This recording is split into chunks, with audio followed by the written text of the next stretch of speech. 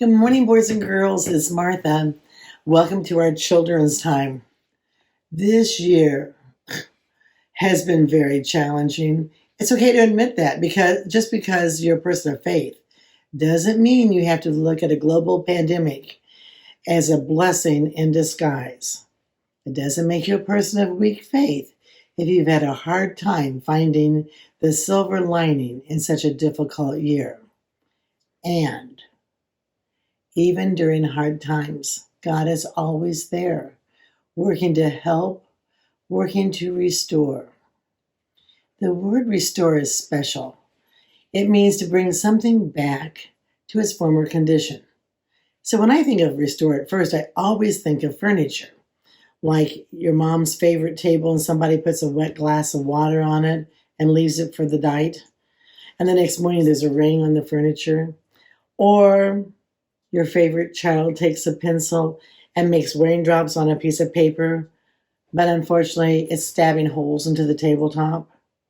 So to restore it, then you resand it and you refinish it and you restain it, and it looks just like new again. And that's what restore is. During this past year, the earth has been ever so slowly healing. With fewer cars on the road driving to and from work, the carbon emissions have decreased. People are able to see mountaintops that once were blurred by smog. Fewer boats in harbors have made whales and dolphins able to swim in waters that they haven't been in for decades. Less noise pollution means that we can hear the crickets chirping and the frogs croaking and the birds singing. And in our case, the coyotes howling in our backyard.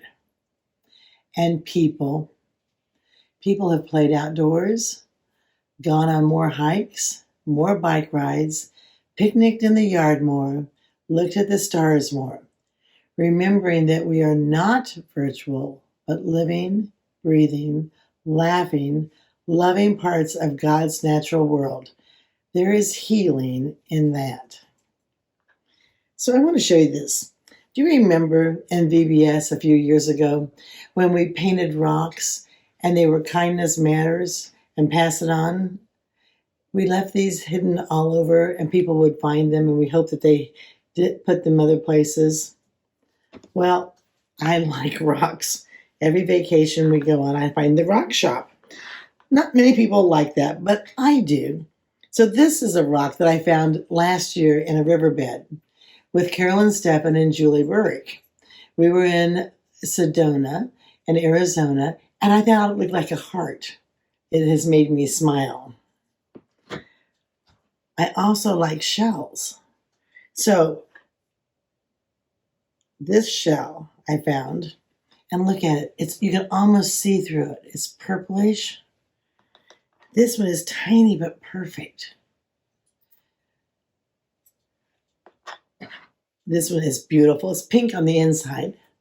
And then when you hold it up to the sunlight, you can almost see through it.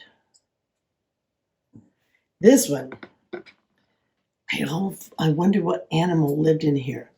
Because, boy, it would be well protected. This one is a conch shell.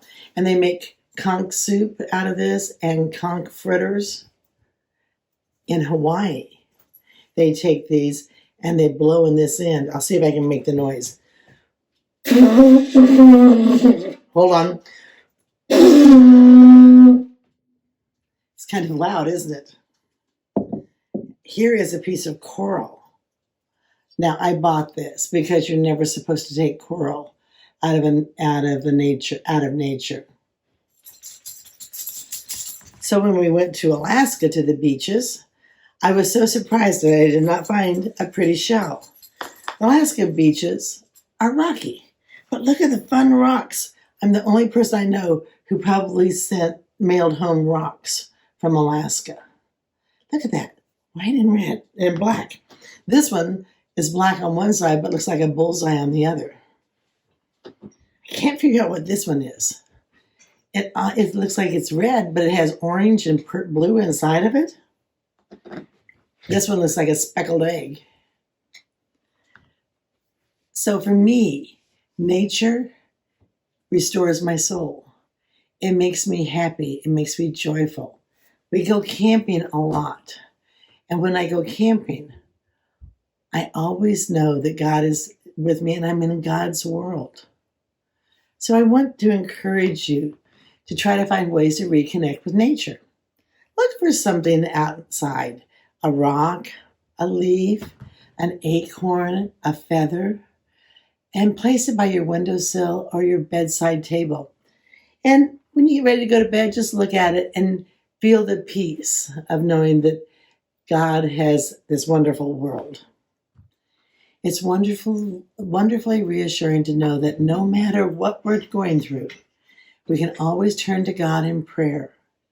We can ask God's help for ourselves or others.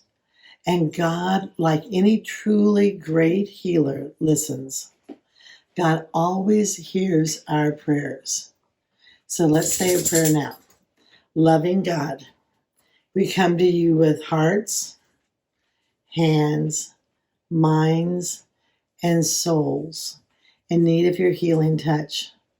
Heal us from the inside out so that we may reach out and help heal your world. Amen. And boys and girls, this is an exciting week. While you're watching this, I actually am on the beach in Florida, hopefully finding some beautiful shells. But tomorrow, if you're in Shawnee Mission, everybody who's been learning part-time in school and part-time at home gets to go to school. So I hope that you have a wonderful week and that we are restoring our world as we speak. Bye-bye. Have a great night or a great week. Bye-bye.